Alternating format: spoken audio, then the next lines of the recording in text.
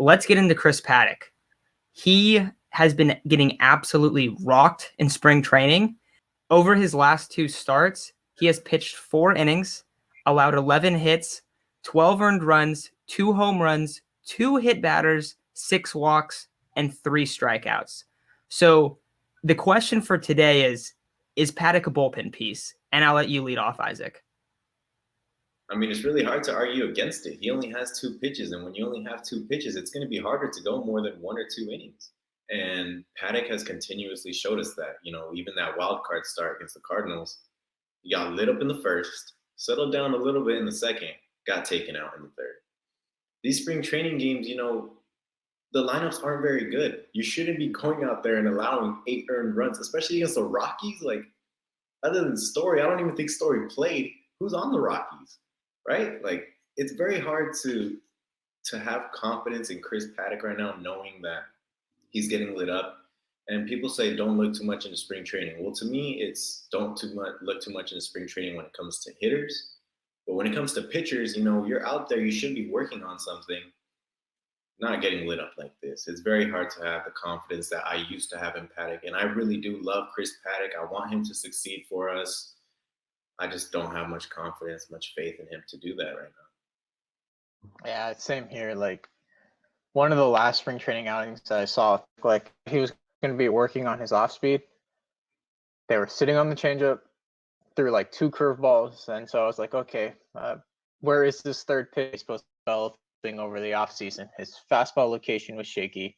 You see it with the stat lines. So how many walks he had? He had 6 walks and 2 hit batters. I mean, yeah, 6 walks and 2 hit batters. Well, his control's not there. So I think he's going to be ended up in the bullpen, man. He might be a bullpen piece, He has a good changeup. When he locates his fastball, he's pretty unhittable.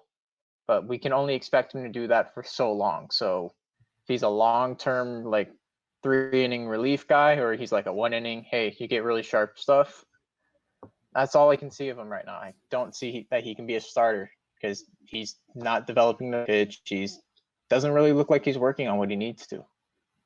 I think the biggest concern right now is the fastball command because it's all over the place. But then to go along with that, it's not like he's been able to just dominate with his changeup because they know it's coming. We've seen who did you say you just saw him? It was against the Cubs. Who was the guy that took him like 500 feet? Willson Contreras. It was like a moonshot. It was bad. Yeah, so that's the problem is that people they're waiting for the changeup, they're waiting for the curveball, and the curveball is really not being thrown that much. But his fastball is all over the place. So what we saw a lot in 2019 and not in 2019, but in 2020 especially, is he's constantly behind in a lot of counts, and his fastball is all over the place. You'll see whoever the catcher is, and back then a lot of times Austin Hedges, you'll see him low and outside, and the fastball goes high and inside. And you're like, dude, you're not hitting your spots. Even if he's throwing strikes, he's not hitting his spots ever. And that's been the biggest issue. Obviously, earlier in the offseason, he talked about how he was throwing almost a blend of a 4-seam and a 2-seam. Well, there hasn't been really any improvement so far in spring training. And like you said, it's hard to determine, like, what should we take out of these spring training stats. But Isaac, I think you said it pretty perfect. If you're a pitcher, you're not going against the top bats in the league. You're going against a lot of minor league hitters. And for Paddack, he's getting, especially right now where it's like, all right, dude, like, are you going to be the starter? Are you going to be our 4 starter? Are you going to be our 4 starter of the future? And he's almost answered with a resounding, no, I can't do it.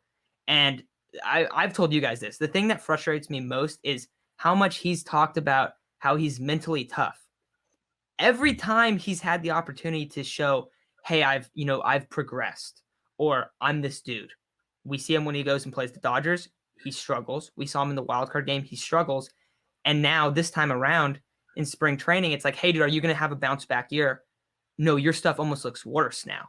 You have a 10 ERA. And so to me, it's really tough. And yesterday he did go in. He pitched the 4th inning. If anyone hasn't really seen this, he came in the 4th inning.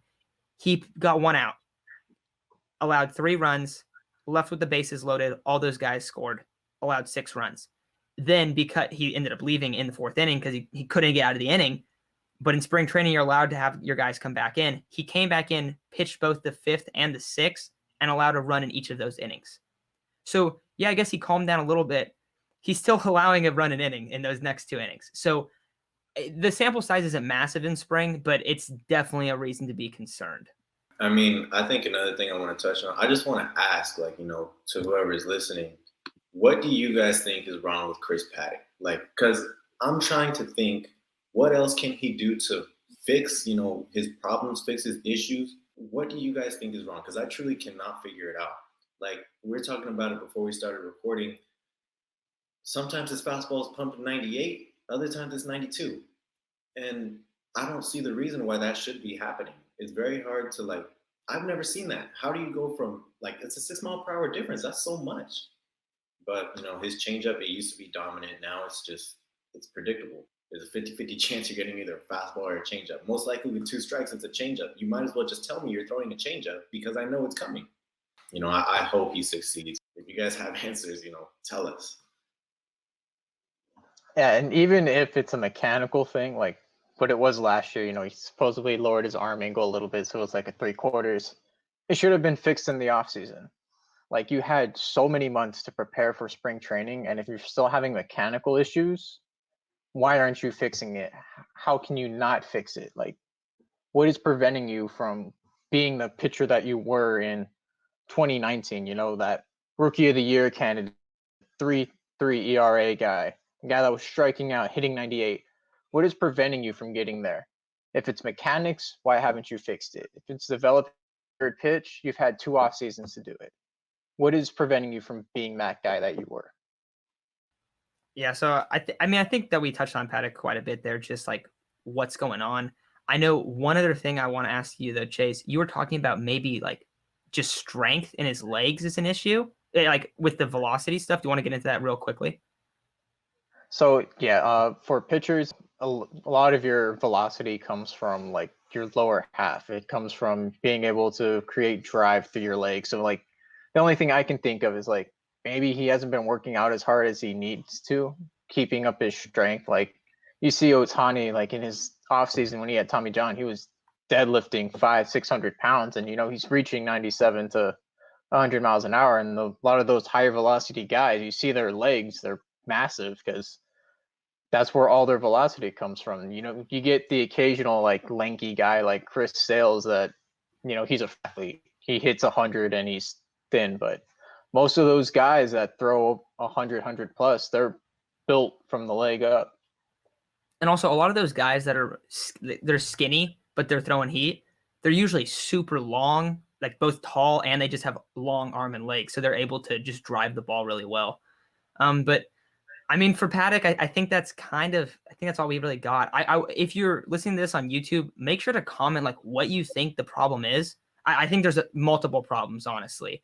But what's the biggest issue with him? And do you think he's going to end up being a bullpen piece? Because right now, I think he might be. I think he might end up being a bullpen piece. And that's really unfortunate to say after such a promising rookie season. But that's where I'm at on him.